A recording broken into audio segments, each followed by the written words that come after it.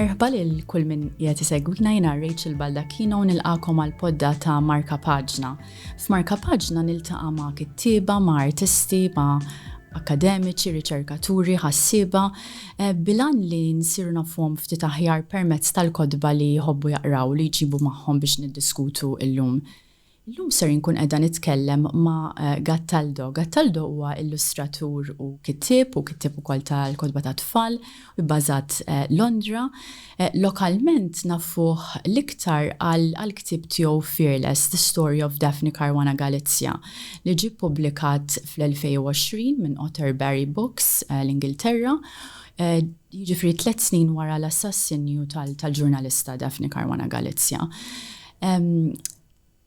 Is-sena l-oħra l-ktieb ġie nominat għal xi premji tal-kodba ta' tfal l-Ingilterra u ġie tradott ukoll għal Malti minn ħabib ta' tfulija ta' Gattaldo, l-awtur maħbub Emanuel Mifsud. U insomma, illum ħerqana li nitkellmu Gattaldo. Merħba u grazzi tal-ilqajt l-istedina tagħna. Well, thank you for inviting me. And I'd like to say hello to everyone. Yeah. Okay, so Gattaldo, we know you now through this very important work.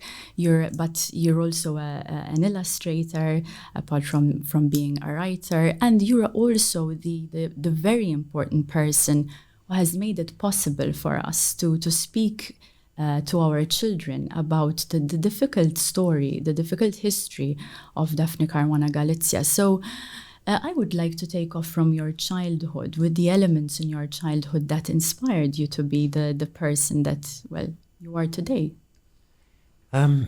It's an interesting story in the sense that at home, we never actually had a library.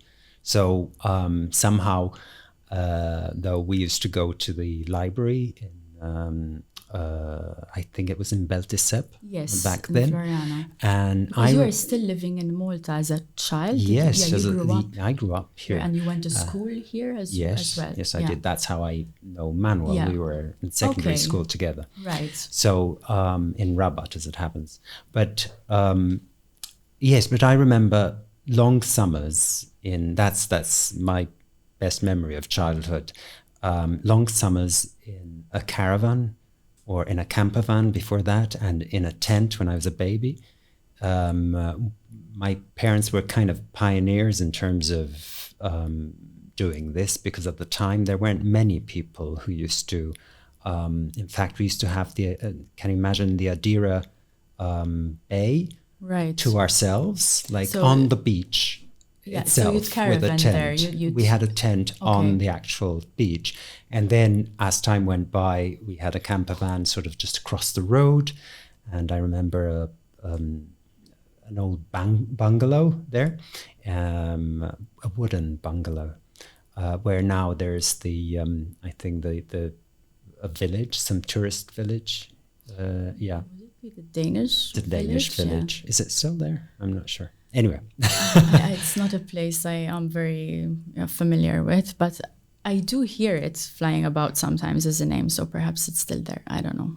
But the fact that we used to spend all of summer there, and every week, my father on his Lambretta, he used to take us to the library in Beltisep, and then we'd spend the day with him at the office where there was a photocopier. So I used to actually, myself and my brother, we used to edit some sort of a magazine, which we used to illustrate there as well. Did you draw for that? Yes. Okay, so you're already drawing at a young age. I remember drawing caricatures of my family, my family members and stuff, and so it was an idyllic childhood, especially summer-wise. Right. So there was a lot of space for both exploring when it comes to books and your own.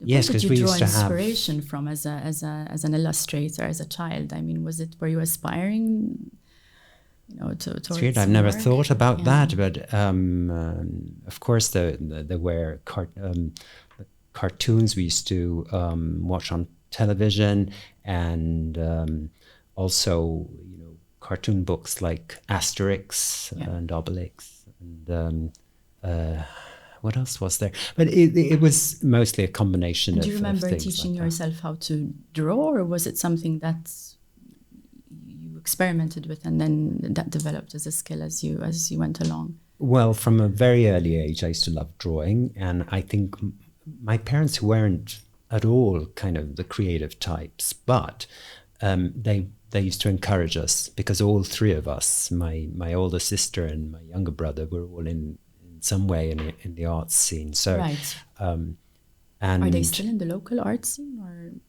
well, my today? sister's a lecturer at Right. university. She teaches creativity in education. Right. And hopefully I got that right, because I'm not sure exactly what the title is, but yes. And my brother sings, so he's got a band and stuff. Okay. So yes, we're all in right. different fields. Of this. Good. And my father used to send me to, I remember this old guy who used to, we used to call him Johnny Tassanti. Okay. And he Where in Rabat? in Tarshin. In Tarshin. In Tarshin, where we lived back then. And he used to do like decorations in churches and things. So his was a very academic kind of drawing, but he was such a gorgeous person, that inevitably it got me very much into drawing, into wonderful. Great. Okay, so you wanted to bring with you today Pierre J. Mela qed nistennik niżla max-xita, so I can show the book here. So this was published quite a while ago now, in 2009. It won the National Book Prize in 2010, and it's a book of short stories. So, it's about 27, I think, that I counted. And they, they're about love, about disillusionment, about expectations, destiny, misfortunes. But there is also a lot of work that is done in terms of technique in the book with the imagination, but also, as we were saying earlier, with memory. Both personal and historic memory. And I was wondering, how did this book first come into your life? What made you bring it with you today? Well, first of all, I had an issue because obviously I don't have all of my books. Yeah. So, but then on the other hand, you were forced to concentrate on a short list. On a short list, but actually I hit it right, because I hadn't read this book for a long time, and so rereading it to prepare for this made me fall in love with his stories again, with his writing, and made me think, well, I need to read more of his work, partly it's also because, to a certain extent, he flatters the reader. He flatters the reader both directly. In fact, I think he wrote something on my book, which I found. How do you flatter a reader? So, for example, in the sense that you're made to feel special because you can recognize yourself a lot in the emotions that he speaks about. I mean, it's very emotionally accessible. Yes, for sure. He likes to be concise when it comes to the pathways he takes to the emotion. Yeah, something that I think he took a lot from Trevor Zara, probably as well, who were saying inspired him. So that as a reader makes you feel like it's about you, in some ways, because he taps precisely those emotions. And also, I think it hit me because I had a similar kind of journey in life. A lot of the stories are about people who travel, or people who are traveling on the road, or who are living in some foreign country on the road. And that's quite a particular experience. And so in a way, it hit me from that point of view as well, because I've gone through that. Yeah. So, working with memory, which I know is something that means a lot to Mela. He does mention it a lot in interviews that he gives, and also in his introductions to his books, in his little notes, epilogues. And memory tends to beget memory. So once memory is being worked into a text, it tends to shake the reader's own memory into action. And I was wondering if, particularly in terms of perhaps historic memory, when you were rereading this, whether it jolted something into remembrance, whether it took you to a place where you remembered, I don't know, something specific about perhaps even Malta as a historic space as well, rather than just a personal space. I don't know if this speaks to anyone in any way. I don't remember the first time I read it. I don't particularly remember the feelings that I went through, although I remember they were pleasant enough for me to warrant choosing this as the book again. But the second time, certainly, as I was saying, it reminded me of when I was single, studying in Italy, and finding myself there. And I think there's a lot of that in his stories, the finding yourself in some way. I'm trying to remember any particular thing, not from the stories that I chose in particular, but what really struck me, for example, are not just memories in terms of you remember sort of sights or whatever, but he mentions also like smell, which is a very strong memory at times, and that's why in Riha Tatoto, for example, he speaks precisely about the smell of this man, which kind of brings him about physically almost to the room. That's the way he describes it, he speaks specifically also about nostalgia. Yes, he, to a certain extent, we're all nostalgic to some point or another. Some of us more so than others, and this can be seen in his stories as well. Totally. So one thing that perhaps can also take us to a place where we can discuss your work a little bit. So one thing that Mela does, not just in this book, but in other texts of his, is he works a lot with children. So he writes about children even in his adult fiction, even in qed nistennik niżla max-xita. About children, he writes for children, and he also likes to write from the point of view of a child, from the voice of a child. For example, I know a story that means a lot to you from qed nistennik, fil-bar ta' Livja, we encounter a young girl who likes to spend her evenings drawing very intricate maps of imaginary cities as she waits for her father to return back home from presumably a night out at the bar, at Livja's bar. What I'm interested in is how you think, it's very difficult to write from the point of view of a child, to do it, to capture that voice. And I was wondering how you think he does that, how you think he manages that, or how you think he plays with that, Mela, in this specific story, for example. And not only a child, but a girl. I mean, so a different gender. And because I think that's one thing that when you speak about an author, a male author in particular, whether someone can write from the point of view of a woman or from point of view of a child. But I think it's because, well, partly because of his memories, but also because I think Pierre is very, has empathy, loads of it.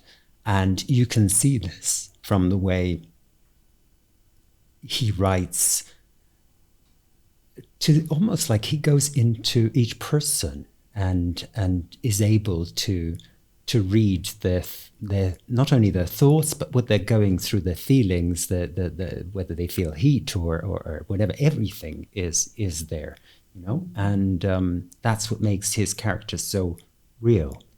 And so you think it's that the perhaps a heightened capacity to empathize that allows him then to travel from one character to the next seamlessly, even if it is a child. Yeah. I mean, that's what I assume, because of course I know nothing about his private life, so I don't know even if he's married or has children or whatever. I have no idea.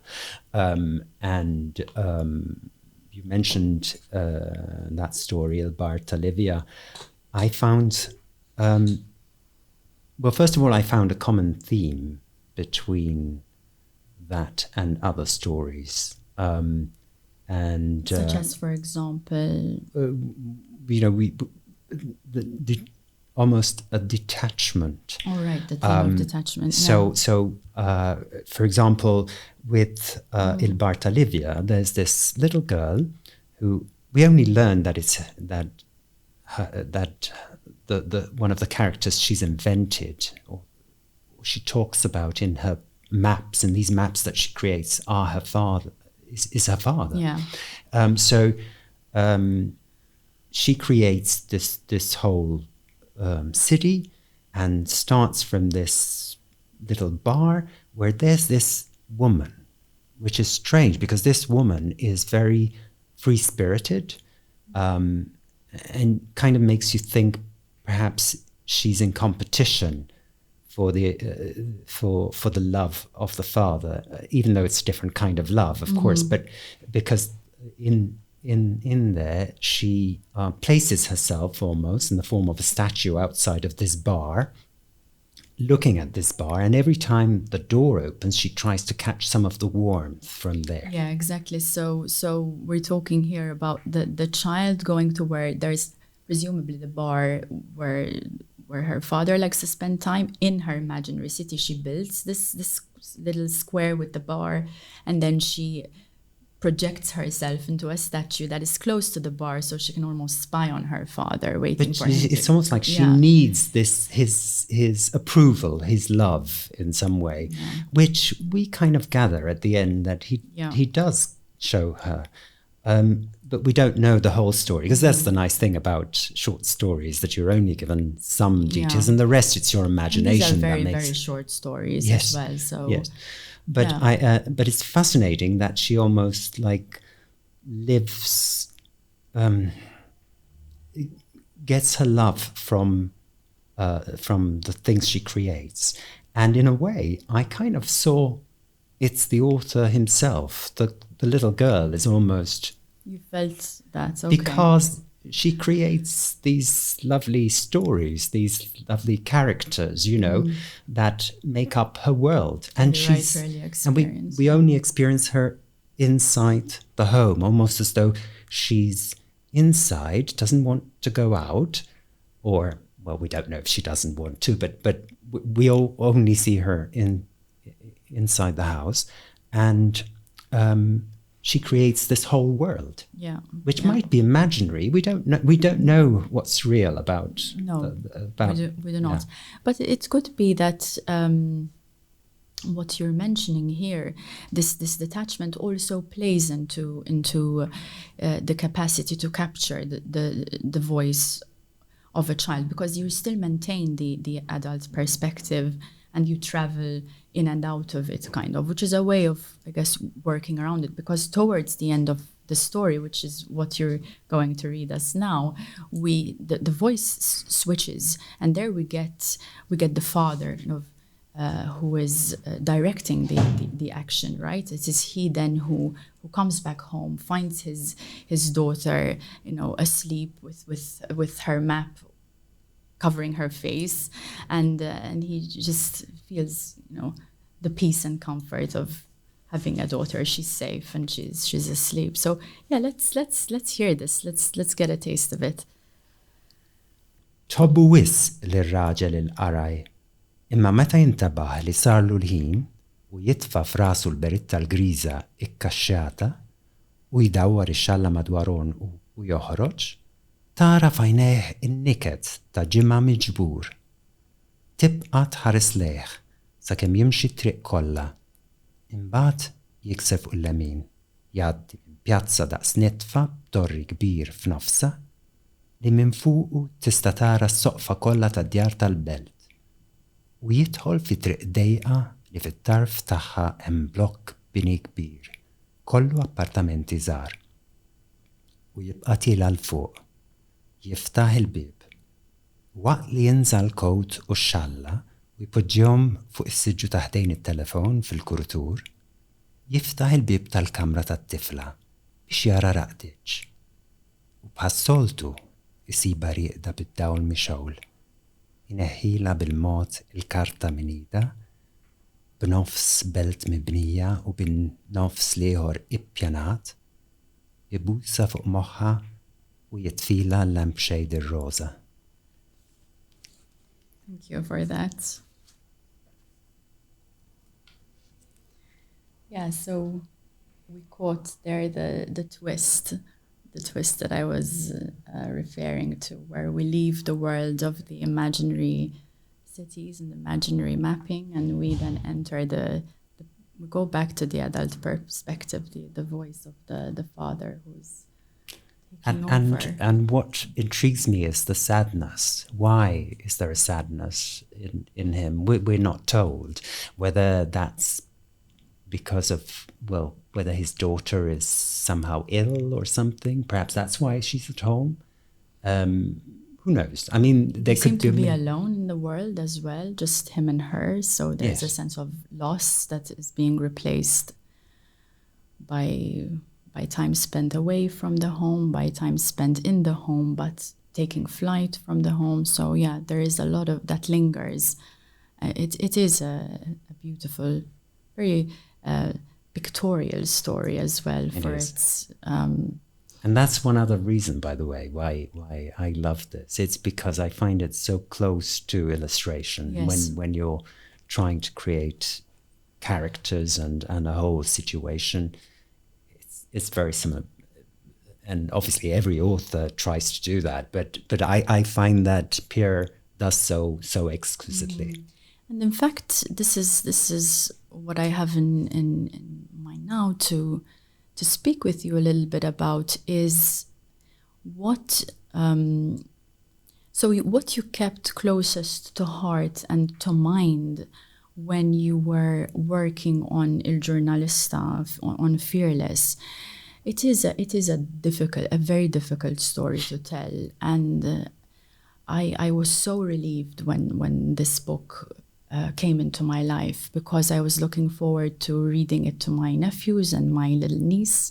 I know that it was your niece who inspired the writing of this book, and it was a difficult story to talk about with children of 5 years of age or younger. I mean, today I met a person who I was talking with about the book, and she told me, but do they explain everything in the book? Is everything in there? Because how will children react to that? I told her there is everything, and there is space for that everything to become, something else, perhaps hope as well. So what did you keep closest to mind and heart, also in terms of technique? Because I know that you get to this from a place of technique as well, I assume. Yes, I mean, as you said, it started off as a project for myself, with no ambition to get it published. And for myself and for my niece, but let's admit it, a little bit, most of it for myself, in the sense that I was grieving, but I was also trying to understand why this woman meant so much to me. Because it wasn't just the friendship. I realized that, because in the same year I had two other people die on me, and they both, one was my mum and the other one was a friend who committed suicide. So both kind of strong emotions in life, when you have to deal with that. But somehow I realized that it wasn't just the fact that she was my personal friend that was so difficult to deal with. It's that she represented to me, and I imagine to that many other Maltese people felt the same. She represented a hope for a country, and a hope for a country that I have a kind of a love-hate relationship with. When you love a country, you want the best for it, and so sometimes you react more strongly to things than you would if it were some other country. I mean, let's say something happens in Africa. It might be tragic, but it doesn't affect us emotionally, humanly. I mean, not as much as something close by or something to which we can, So what you're saying is that the strong experiences of loss that you felt were the main driving point here. That is not what you kept closest to heart, but trying to understand. And understand. I think it was an ideal thing, an ideal project, a book for children, because when you try and to find the bones of something, of something that's challenging and something that's complicated, you try and find its bones. There's nothing better than to try and explain it to a 7-year-old, because you have to first figure it out before you can actually explain it so simply. Yeah. Right. Yeah. Okay. Yeah, that makes a lot of sense. So we need to slowly start moving to a point of close, and I would like to take us a little bit back to Mela. I've heard Mela several times openly talk about the shame that he felt early on in his career to be writing in Maltese. Writing in Maltese was something that he kept a secret in the very beginning of his career. We're talking about 20 years ago, over 20 years ago. This, he says, that nowadays has changed completely. There is an aura around writing in Maltese, an aura of importance. There is a role for Maltese writers in our society, but shame also has a way of lodging itself elsewhere. And I feel that most of us do feel there is a sense of shame, not necessarily personal, but collective, national, when it comes to talking about the life and the works of Daphne Caruana Galizia. And how do you see us going forward from this place to a place where we can speak more openly about the fierce women who have shaped and will continue to shape our history, like Daphne? How do you see us getting out of this troublesome bind to a certain extent? It's difficult, because I've always also felt that I'm a citizen of the world in a way, and it's difficult these days to actually separate a country from other countries. Right. What happened to Daphne, what happened to us, is doesn't regard only us. Similar things have happened elsewhere, and I think the world, to a certain extent, is going through a little bit of a dark time, and I think we have to go further down before we actually start recovering from it. It always happens in history. There's always these. Hopefully, we won't go back to, let's say, I don't know, the 30s, or to what happened with fascism, etc. And because the world is, technology is moving very fast, for example, and one thing that technology has put into question is democracy, because information can be manipulated so easily. Yeah, this is in fact also something that I wanted to touch base with you on. Sorry, did I interrupt? No, please. Because so I do agree with you that what you just said is a tool for us that can inspire us to get out of this troublesome bind that I was talking about, and seeing it as a part of a universal problem will enable us also to perhaps look at it from different wider angles, with a wider space around it. But I also know that you have started a media literacy project based around this book, Fearless, right, on the life of Daphne. And I wanted to know how that project is going, what it's about, and because I do believe that it tackles what you've just touched upon here, that's the tension between technology and truth, right? Yeah. I mean, to a certain extent, even the book, in a sense, the whole idea behind the book is a positive one, and it's that today's children are growing in a more difficult world than we grew up in, and they have to learn to deal with it, and to deal with, for example, and this was one very important thing in the book. There's a part where it speaks about Daphne loving to read, and then getting the information, then make up her own opinion or about this, deciding afterwards. Truths, and this is about an informed opinion, because we all have opinions. But if these opinions aren't informed and we're not critical of the information that comes to us, we need to always question information.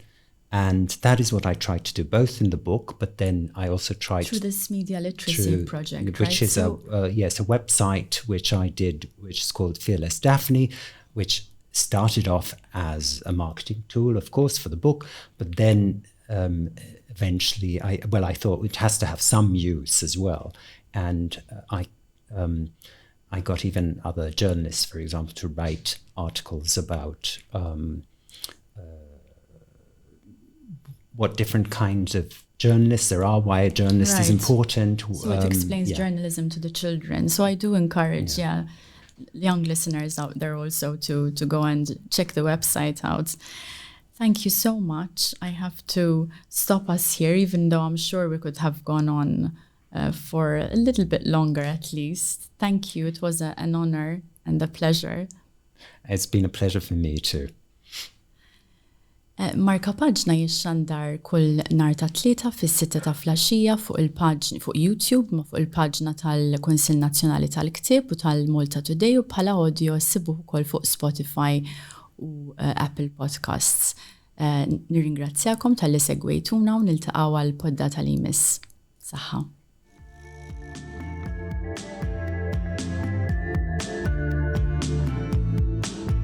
Nirringrazzjaw lil Dingera Salons li huma l-sponsors ta' dan il-programm.